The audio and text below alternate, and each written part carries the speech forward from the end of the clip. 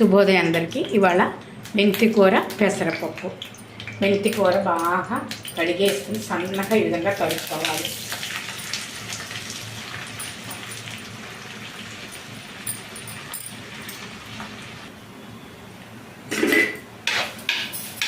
మెంతి కూర పచ్చివాసన పోయేంత వరకు మగ్గనివ్వాలండి. ఇప్పుడు కొంచెం ఉప్పు, పెసరపప్పు 1 గంట నానబెట్టుకున్నాం. పెసరపప్పు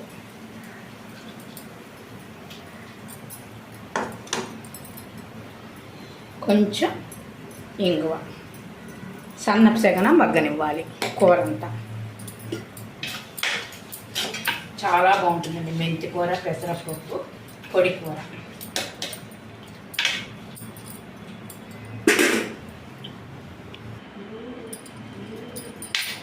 కూర అంతా పొడి పొడిగా ఉడికిపోయింది.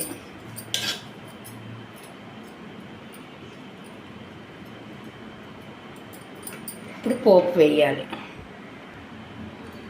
ఎండుమిరపకాయలు, మినపప్పు, జీలకర్ర.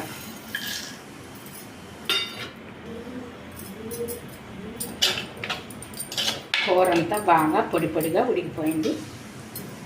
ఇప్పుడు పోపు ఎండుమిరపకాయలు, మినపప్పు, జీలకర్ర.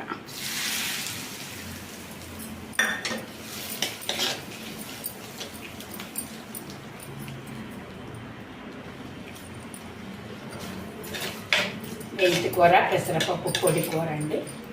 మెంతి కూర ఆరోగ్యానికి చాలా మంచిది. ఇందులోనూ నీళ్లు వడగట్టేయడాలు ఏమి ఉండదు. ఆకంతా మెల్లిగా ఉడకపెట్టి చేసామన్నమాట. ఈ చపాతీలోకి, వేడి వేడి అన్నంలోకి చాలా బాగుంటుంది.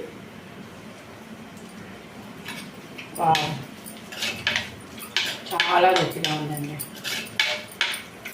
అండ్ వెరీ క్విక్ కూర.